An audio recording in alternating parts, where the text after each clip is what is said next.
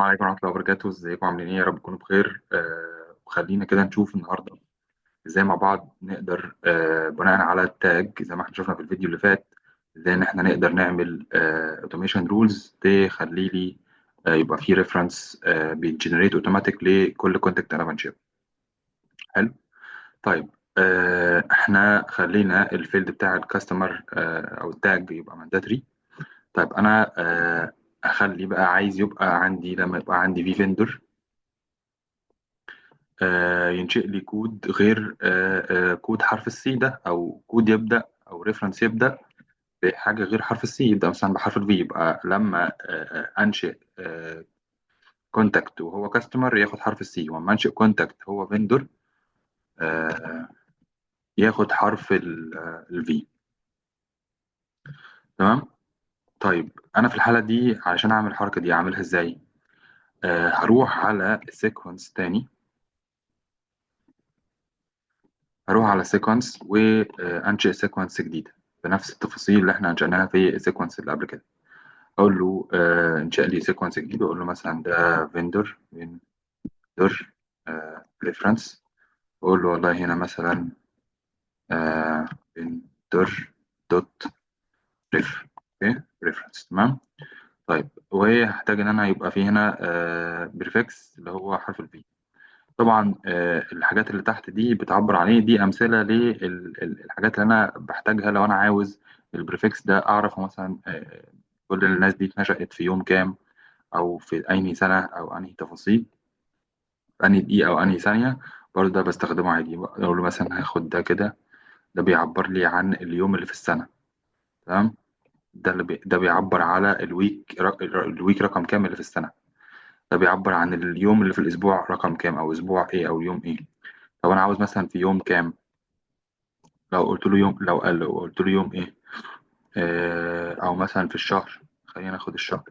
اقول له مثلا هنا كوبي، اجي اقول له كده هعمل سلاش مثلا، واقول له بيست ده الشهر. ممكن اخد رقم السنة مثلا، هاخد رقم السنة برضو، خليه هنا مثلا. اقول له ايه حرف الفي، واقول له بيست وسيف. واقول له انا عايز حجم الكود يبقى 4 ارقام، ويكتب خطوة، ونكست نمبر هيبدأ من رقم 1. تمام. طيب دي كده أول خطوة احنا عملناها، عملنا سيكونس. تمام. طيب تاني خطوة بعملها هي إيه؟ بروح على الأوتوميشن رولز. تمام.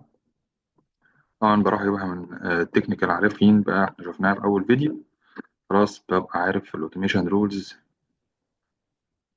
حاجة هنا أوتوميشن، بروح على أوتوميشن رولز. طيب باجي هنا أقول له انشئ لي واحدة جديدة، وأقول له فيندور مثلا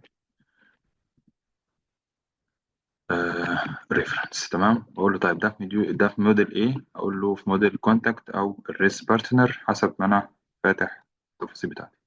اقول له ده اون سيف لما اجي انشئ جديد. طبعا بس يحط له هنا دومين او ابلاي ان فلتر كده، ان انا احط له رولز تكون لما التاج تكون فيندور هتعمل ايه. تمام. تعمل الاكشن اللي انا هقول لك عليه دلوقتي. طيب هتروح تعمل executed كود، ناخد نفس التفاصيل بتاعة الريفرنس، التفاصيل بتاعتنا. هنروح ناخد كوبي من الكود الريفرنس كود بتاعنا، وهاجي اكتبه له هنا. طيب انا محتاج ايه؟ زي ما احنا قلنا فيلد ريف اللي هو اسم التكنيكال نيم بتاع الفيلد اللي انا عايز اضيفه اللي هو ده ريف. تمام. تمام. وهحتاج حاجة كمان اللي هو السيكونس اللي احنا لسه ناشئينه، الكود بتاعه. فانا هروح اجيب السيكونس ده، واقول له هات لي ريف ده مثلا. الاقي هنا فيندور ريفرنس اهو.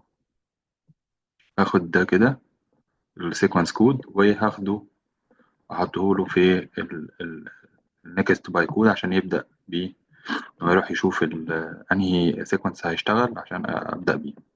تمام. وهاجي اقول له هنا كده سيف اوكي. هرجع بقى اروح على التفاصيل بتاعتي، عايز اشوف بقى ده اشتغل ازاي لما اختار فيندور يتشيل فيندور حرف الاي، وزي ما احنا قلنا يقول لي رقم السنه ورقم الشهر كام. طيب انا هروح هنا كده على الكونتاكت واقول له انشئ لي نيو، واقول له فيندور مثلا، فيندور رقم واحد مثلا، واختار التاج. طبعا هو مش هيقدر يخلينا سيف زي ما هتشوف في الفيديو اللي فات اللي انا خليت التاج تبقى مانداتري، فانا اختار هنا التاج بتاعت فيندور. بلاقي ان هو انشأ لي هنا الريفرنس بتاعي، ادي حرف الفي اللي انا ثبته له، وادي رقم السنه سنه 25، وادي رقم الشهر شهر 4. تمام. بعد كده قلت له 4 أصفار. لو أنا عايز إنه يبقى فيه هنا عايز يبقى فيه هنا سلاش، برضو ممكن أحط سلاش تبقى تبين لي إن ده رقم الشهر والتفاصيل بتاعته. آه طبعا لو ده طبعا بيحافظ على إن أنا برضو حتى لو أنشأت عميل قلت مثلا كاستمر، لو قلت كاستمر رقم مثلا 6 أو حاجة، وقلت له اختار لي هنا كاستمر وأقول له سيف، هلاقيه محتفظ لسه بالسيكونس والكود اللي أنا كنت عامله في الفيديو اللي فات.